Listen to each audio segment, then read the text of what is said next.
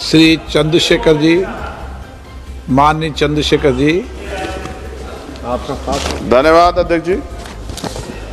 अध्यक्ष जी, मैं आजाद समाज पार्टी काशीराम की ओर से स्वास्थ्य सुरक्षा से राष्ट्रीय सुरक्षा उपकर विधेयक 2025 पे अपनी बात रख रहा हूं। यह विधेयक जितना बड़ा नाम लेकर आया है उतने ही बड़े सवाल साथ लाया है।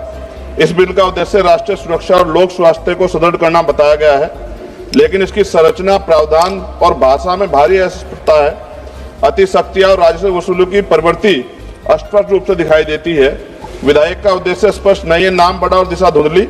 सरकार कहती है कि उपकर राष्ट्रीय सुरक्षा और लोक स्वास्थ्य पर व्यय को पूरा करेगा, लेकिन कौन सी राष्ट्रीय सुरक्षा परियोजना, कौन सा स्वास्थ्य कार्यक्रम, कितना फंड किस योजना को मिलेगा, किस मंत्रालय को कितना आवंटन होगा, विधेयक में एक भी ठोस उल्लेख नहीं।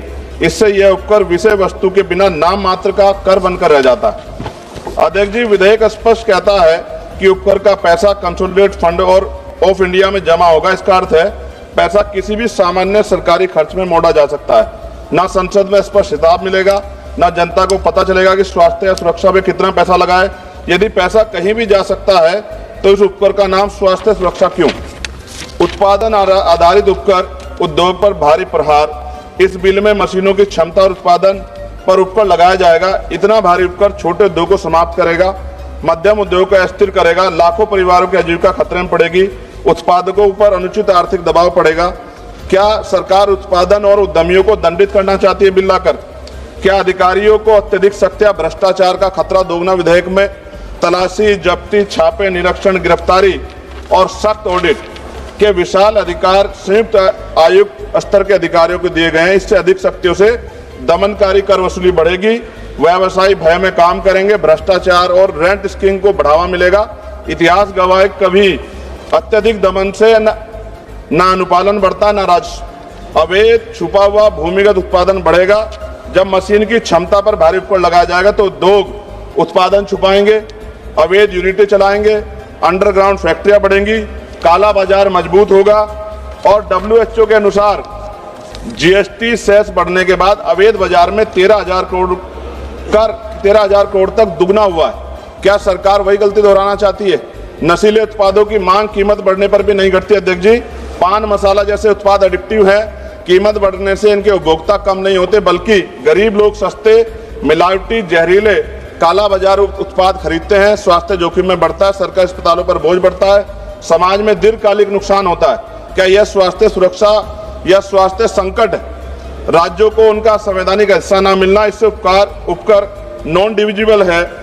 इसका अर्थ है राज्यों को इसमें से ₹1 का भी हिस्सा नहीं मिलेगा। केंद्रवाद बढ़ेगा, राज्यों की वित्तीय स्वायत्तता कमजोर होगी, विकास योजना पर प्रतिकूल प्रभाव पड़ेगा। राज्यों का हक क्यों छीना जा रहा है? अध्यक्ष जी, विधेयक को संसदीय परीक्षण से बचाकर जल्दी पारित करने की कोशिश गलत।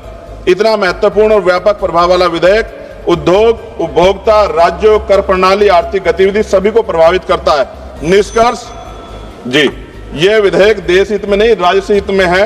और माननीय अध्यक्ष जी, सभी तथ्यों को देखते हुए स्पष्ट है यह विधेयक अस्पष्ट है, अनियंत्रित है, शक्तियां देता है, उद्योग विरोधी है, अवैध बाजार बढ़ाएगा, गरीबों को नुकसान पहुंचाएगा, राज्यों के अधिकार छीनता है और उपकर प्रणाली को अविश्वसनीय बनाता है। हमारी स्पष्ट मांग है विधेयक को तत्काल प्रवर समिति स्टैंडिंग कमेटी को भेजा जाए, उपकर की दर, उपयोग और पारदर्शक ठोस प्रावधान शामिल किया जाए, कर अधिकारियों की शक्तियों को सीमित और जवाबदेह बनाया जाए, उपकर राष्ट्रीय स्वास्थ्य व राष्ट्रीय सुरक्षा पर व्यय हो, इसका कानूनी प्रावधान अनिवार्य किया जाए।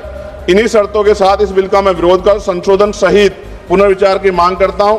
अध्यक्ष जी, अंत में इस बिल को पढ़कर मुझे ऐसा लग रहा है कि देश की सुरक्षा में अब अत्याधुनिक हथियारों की नहीं, पान मसालों की ज्यादा जरूरत है। और हर चौराहे पे खड़े होने वाला व्यक्ति कहेगा कि देश की सुरक्षा में सबसे बड़ा योगदान उसका है। धन्यवाद अध्यक्ष जी। जय भीम, जय भारत, जय संविधान।